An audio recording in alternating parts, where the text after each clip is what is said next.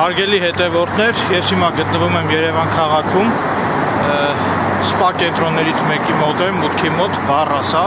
ինչպես նաև սպա կենտրոն, մասաժի սրահ։ Եթե տղամարդը իր սիրած կնոջից իր ակնկալածներն ու քնքշանքը չի ստանում, ստիպված ուրիշ կանանց գրկում է փնտրում իր ակնկալածներն ու գուրգուրանքները։ Այդ պատճառով ես հիմա պայմանավորված եմ մի աղջկա հետ, շուտով նա կգա, որպեսզի միասին մուտք գործենք վերցման սրահ ինձ ներսում կատարելու համար։